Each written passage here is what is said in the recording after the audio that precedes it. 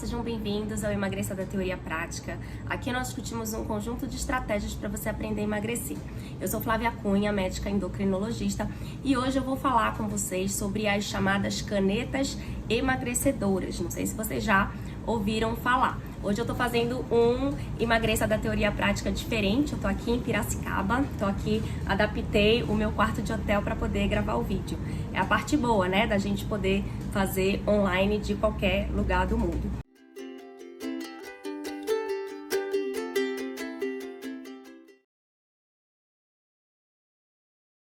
Esse termo, né, canetas emagrecedoras, não é um termo técnico, mas é um termo que tem sido usado por muita gente para se referir a uma classe específica de medicamentos, que é sobre essa classe que a gente vai conversar hoje. Estou aqui com o meu roteiro adaptado também aqui no computador. Então, vamos lá. Então, por que se chama, né? Por que a gente tem usado esse termo caneta? Porque a medicação, ela vem adaptada, ela vem dentro de uma caneta mesmo. É uma espécie de caneta, semelhante àquelas canetas que são usadas para aplicar insulina. Eu não sei se vocês já ouviram falar. Essa medicação que a gente vai conversar hoje não tem nada a ver com a insulina. Então, a única similaridade é realmente a forma como ela vem e a forma de aplicação, que também é uma aplicação subcutânea, da mesma forma que a gente faz com as insulinas, tá? Mas assim, a substância que vem lá dentro não tem absolutamente nada a ver com as insulinas, né? Então é realmente só a forma de vir dentro da caneta e a forma de aplicar, que é no tecido subcutâneo.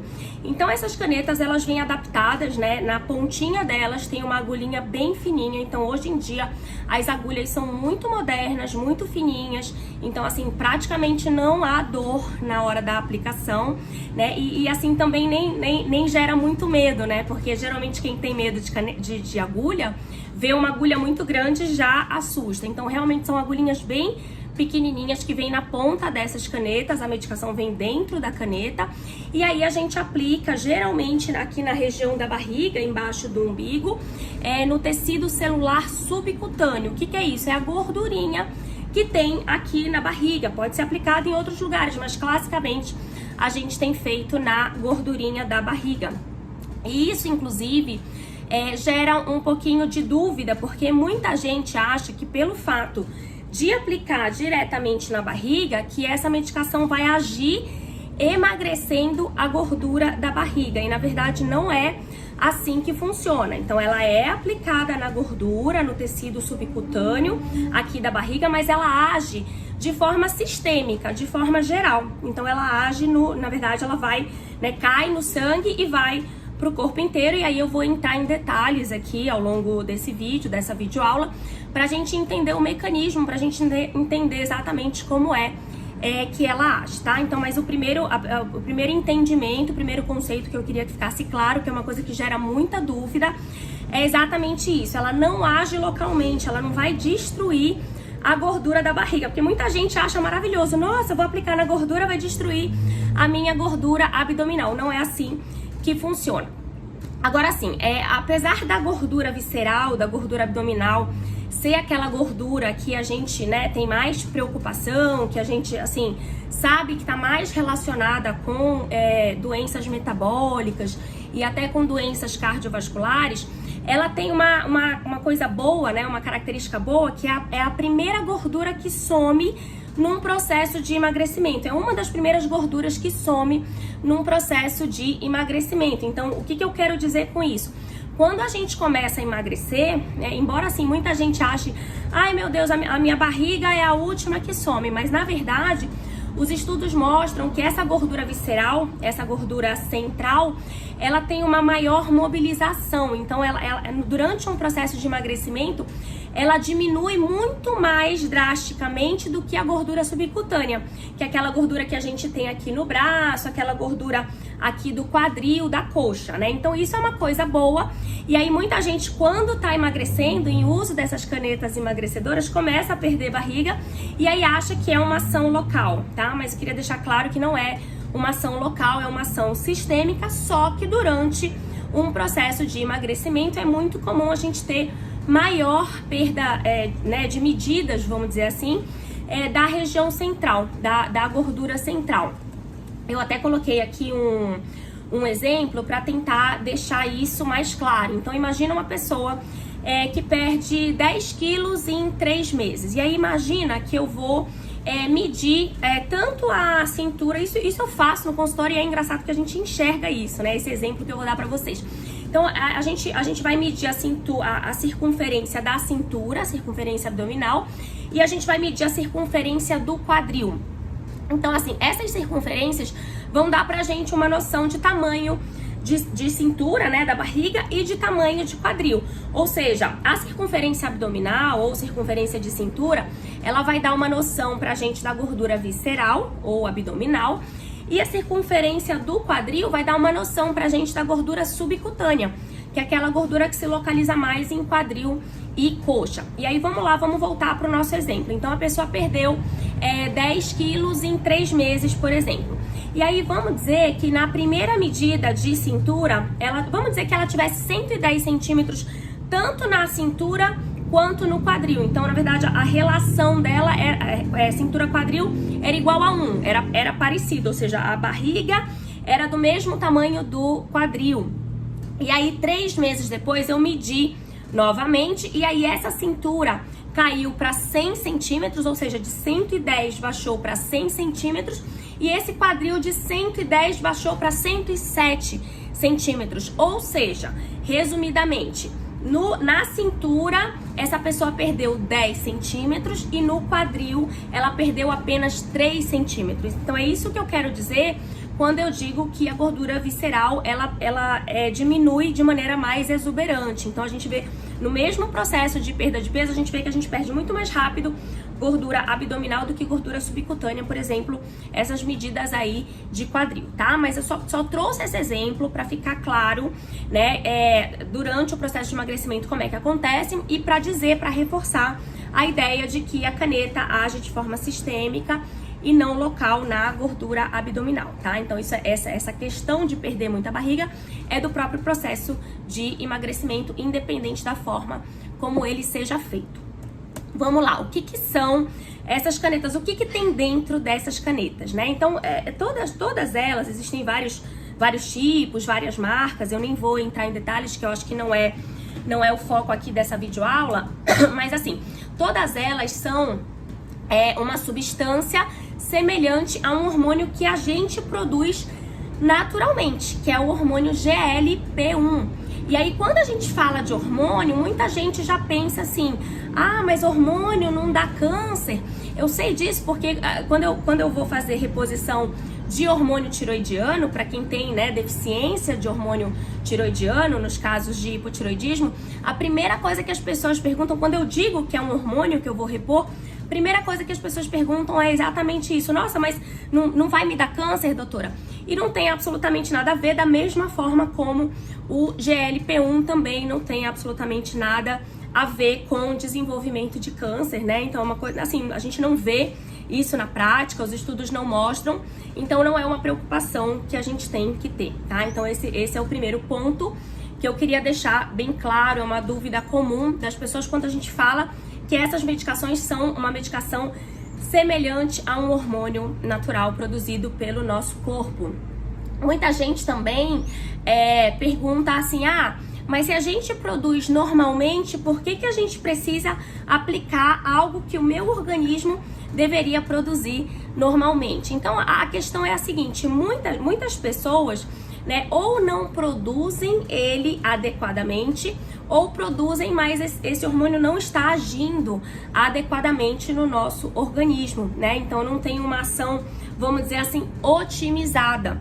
E aí por isso que a gente tem as dificuldades ali na perda de peso. Não só por isso, mas também por isso, é uma coisa que contribui sim, né? Então a ideia de usar essas medicações é uma forma assim de potencializar a ação desse hormônio no nosso corpo, tá? Porque assim, esse hormônio, ele é produzido, eu vou citar também, eu vou explicar mais detalhadamente ao longo da aula, mas assim, ele é produzido e ele é degradado em poucos minutos, né? Então tem gente que não tem uma ação otimizada dessas substâncias, desses hormônios, dessas substâncias no nosso organismo. Então, a medicação, ela vem para potencializar isso. Então, ela tem assim, ela não é degradada facilmente como o nosso hormônio natural é degradado no nosso corpo. Por isso que a gente fala que ela tem uma ação potencializada no organismo, e vocês vão ver como é interessante essa ação dentro do processo de emagrecimento, como é ampla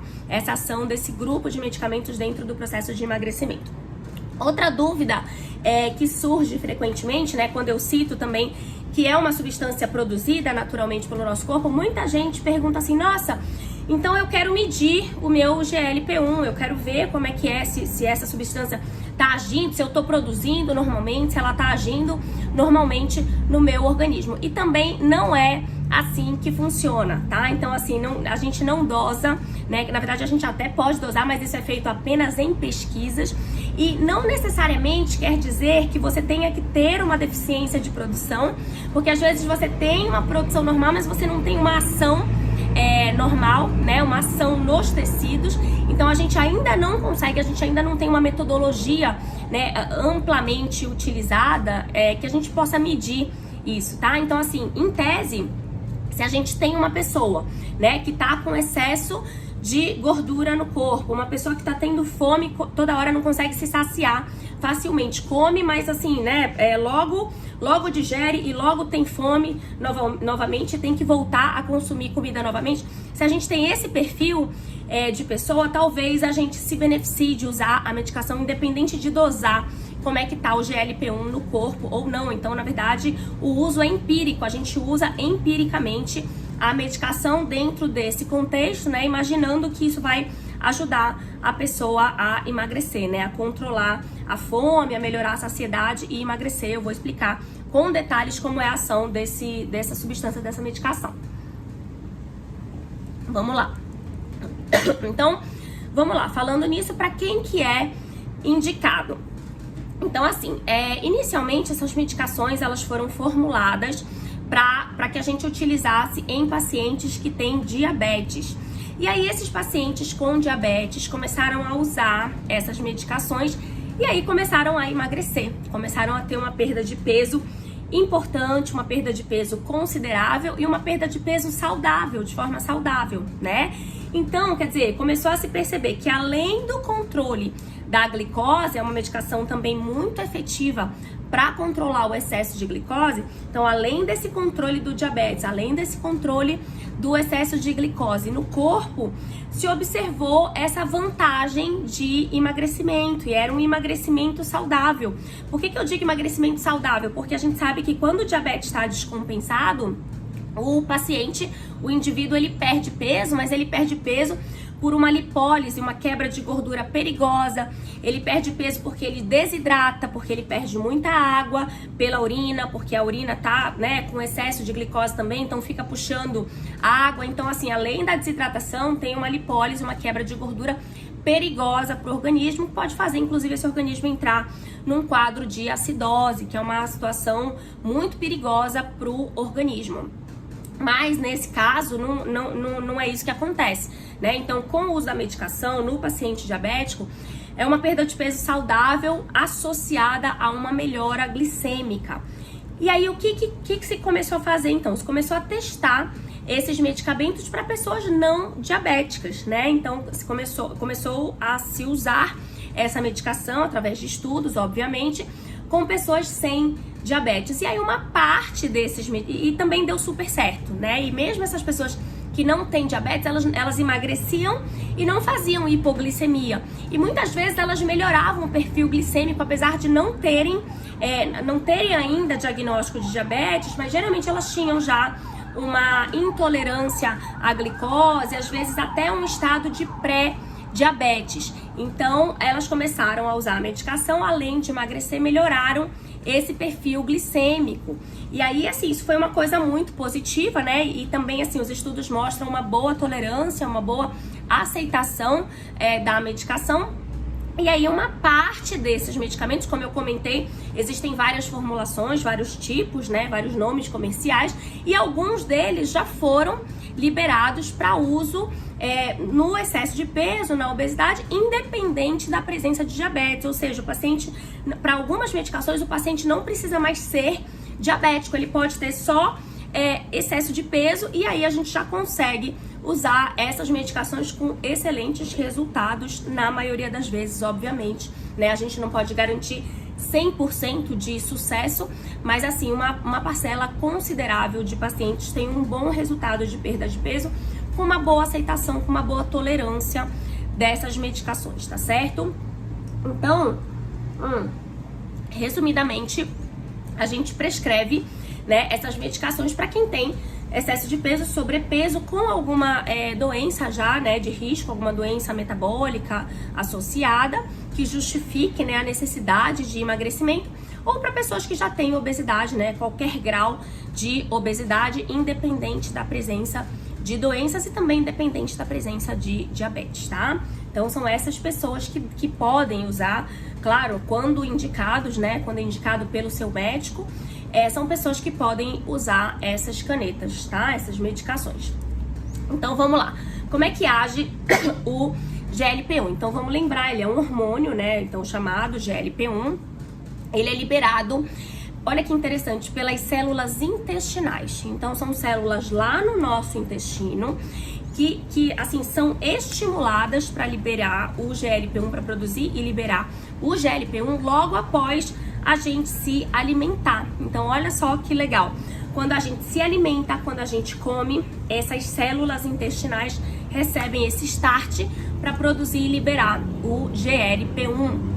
O objetivo principal do GLP-1, agora eu tô falando de hormônio natural, tá, do nosso corpo, e aí depois a gente traz esse raciocínio para as medicações, mas vamos pensar agora no fisiológico, no natural. Então assim, quando a gente come, o GLP-1 é liberado, e aí o objetivo principal dele, vamos dizer assim, é controlar o excesso de ingestão.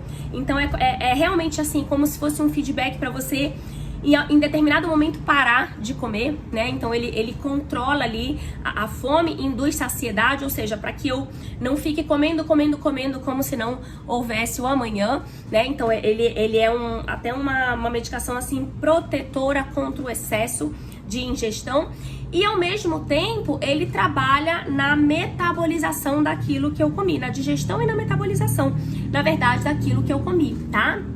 Então, ter essa ideia na cabeça. Ele controla o excesso de comida, porque aí ele vai dar o start para gerar a saciedade e me dizer, olha, tá bom, chega, você tá saciada, você já comeu, isso já é o suficiente, pare de comer que você já deu energia suficiente pro seu organismo. E a segunda coisa é ajudar nessa digestão, nessa metabolização, porque aí que entra, né, a história do controle do diabetes, porque aí ele estimula a produção e a secreção de insulina lá pelo pâncreas. Lembrar que é o pâncreas que produz, né, a insulina, produz e secreta a insulina, as células beta pancreáticas. Então olha essa interação que interessante, né, a interação do intestino com o pâncreas, a interação do intestino com o sistema nervoso central, dando o sinal de saciedade. E aí, né, nessa parte da metabolização, só concluindo, então ele estimula a produção de insulina, e aí a insulina vai trabalhar esse alimento que foi ingerido, né?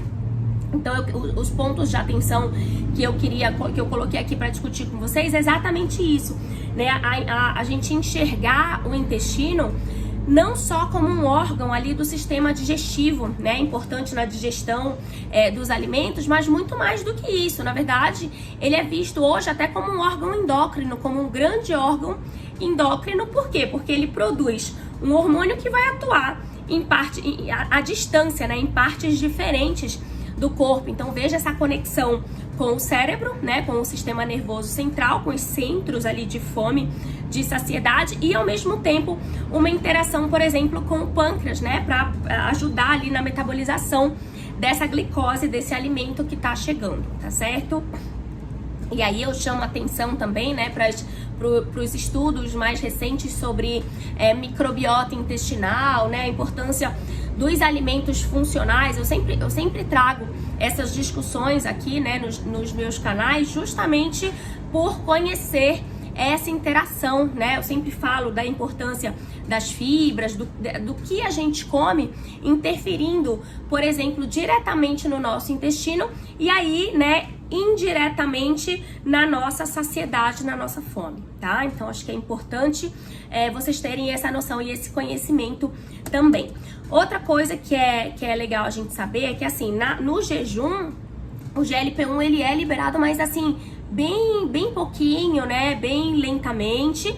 E aí, quando a gente ingere comida, é que aí ele faz um pico. Porque aí é o momento de maior ação. É o momento em que a gente, de fato, precisa desse GLP-1, tanto para controlar o excesso, né? Induzindo saciedade, quanto para ajudar na digestão e na metabolização desse alimento que a gente está colocando para dentro, né? E aí, quando a gente tem, né, uma alimentação conturbada, como é a nossa frequência, né? Alimentação rica em processados, alimentação hipercalórica, a gente bagunça essa nossa fisiologia normal que é tão linda, né? E tão importante. Então, por isso que também trazendo aí, né, a importância dos nossos hábitos, né? A importância também da gente entender que a gente é um agente ativo nesse processo. Se o meu GLP-1 não está funcionando direito, eu até posso ter uma predisposição genética, uma maior facilidade, mas com certeza sou eu que vou dar o start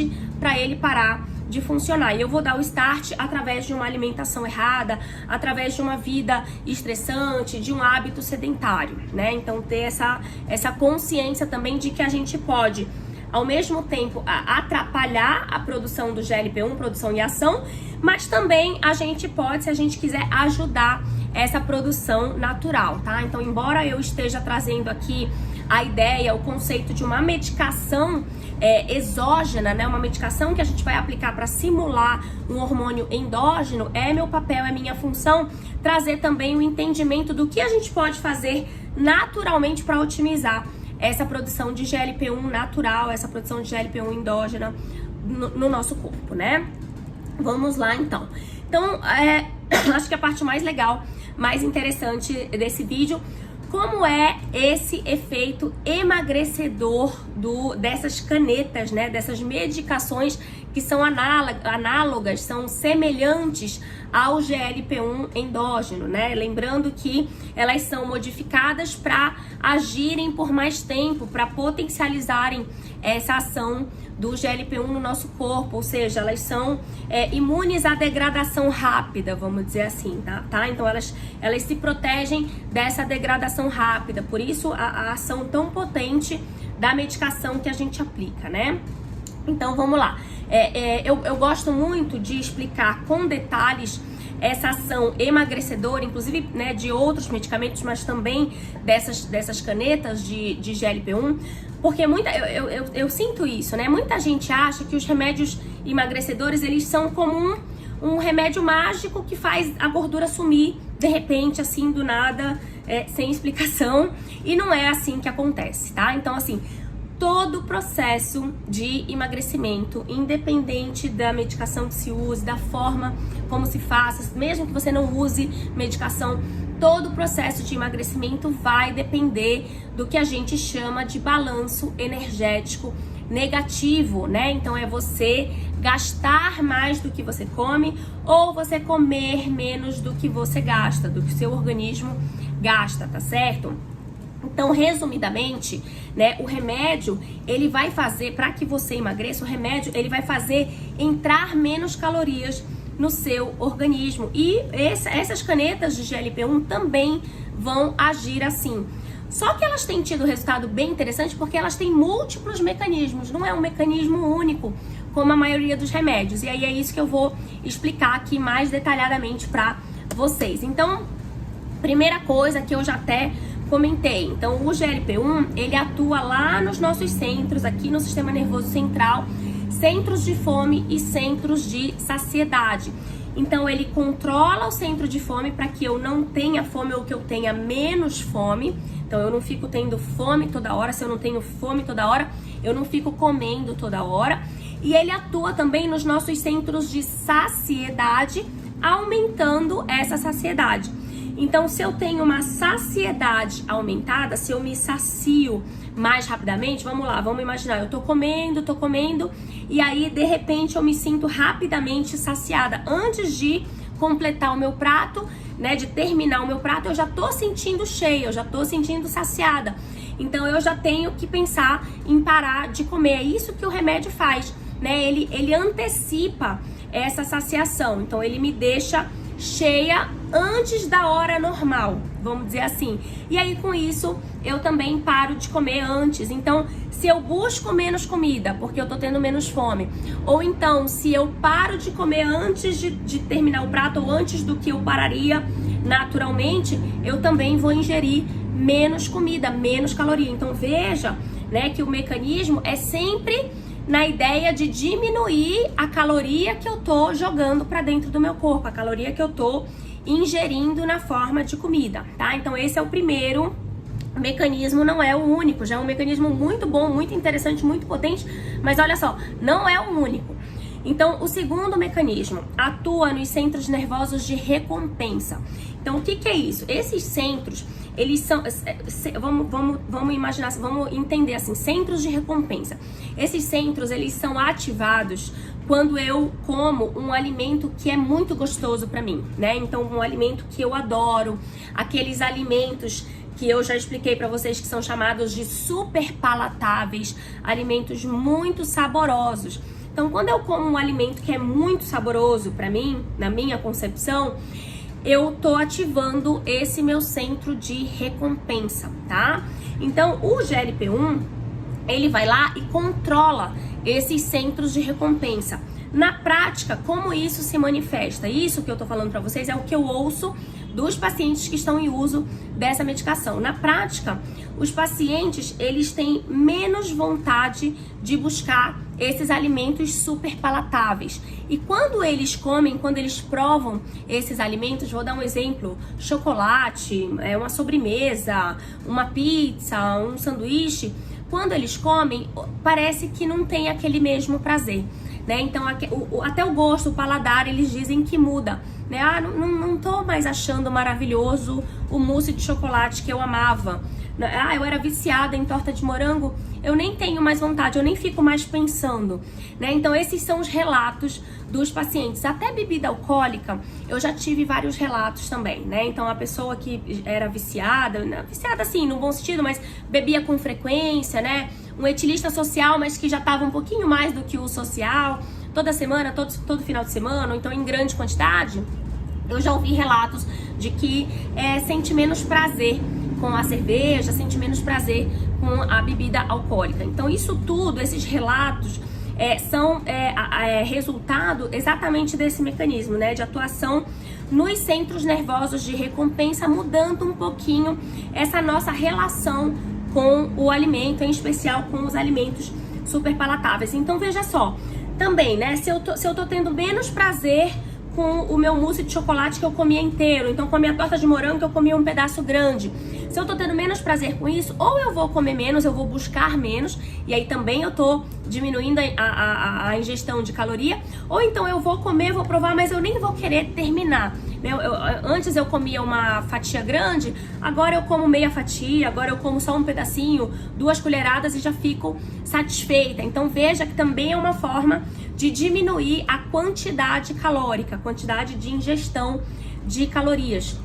E o terceiro mecanismo, que é bem interessante também, eles atuam o GLP-1, né, atua no estômago, lentificando o esvaziamento do estômago. Então vamos tentar entender isso, que é um pouquinho mais complicado.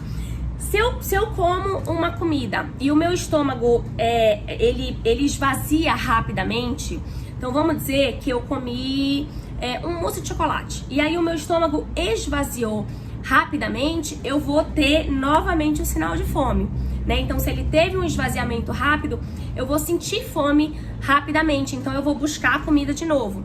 E aí, se ele esvaziou rápido de novo, eu busco comida de novo, ou seja, eu fico 24 horas buscando comida com uma frequência maior.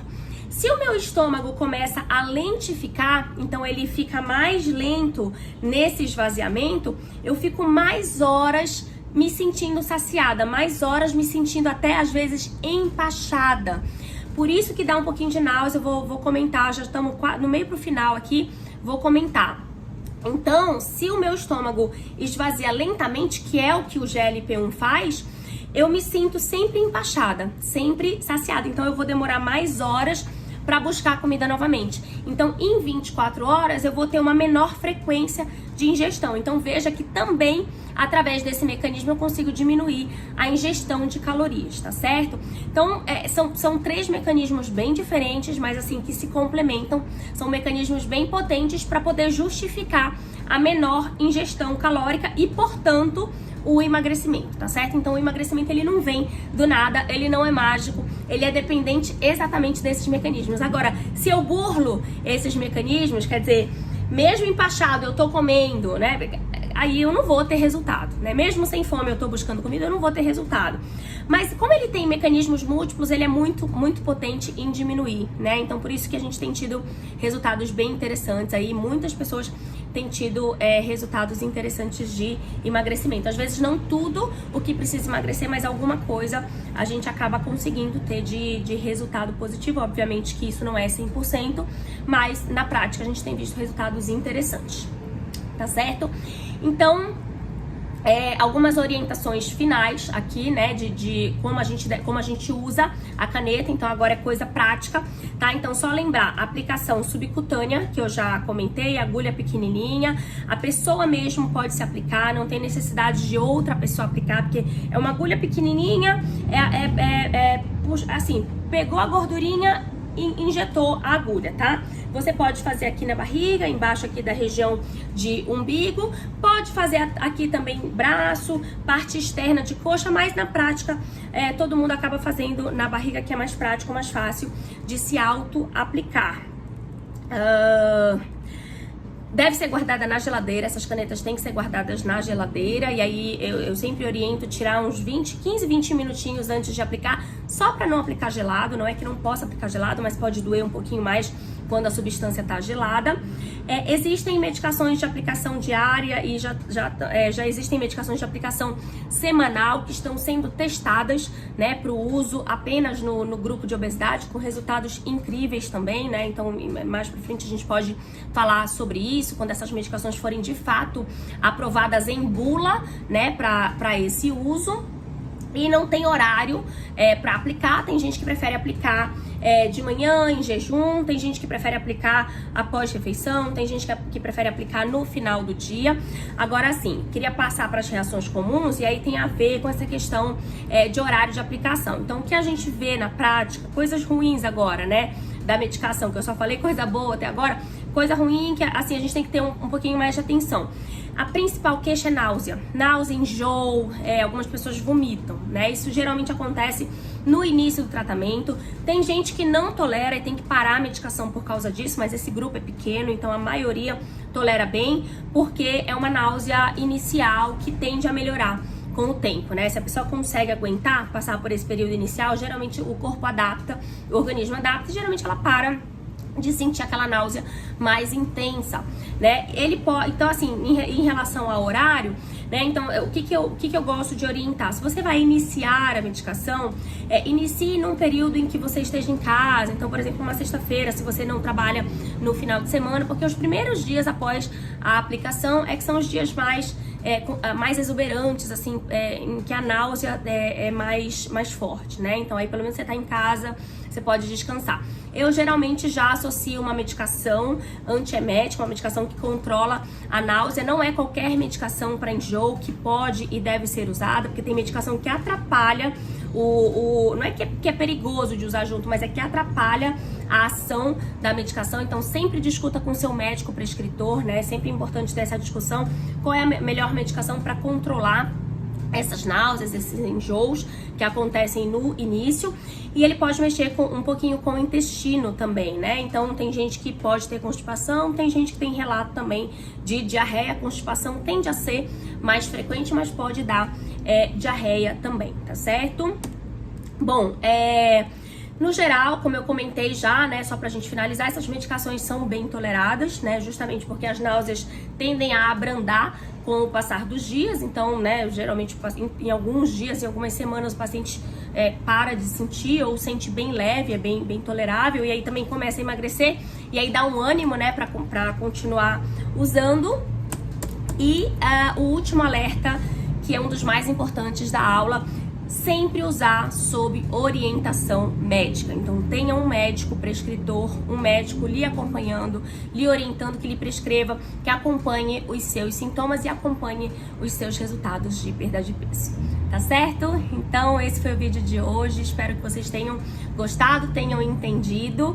Mandem aí dúvidas, comentários, curtam, compartilhem, me ajudem aí a divulgar os vídeos do canal. E até semana que vem. Um beijo, tchau, tchau.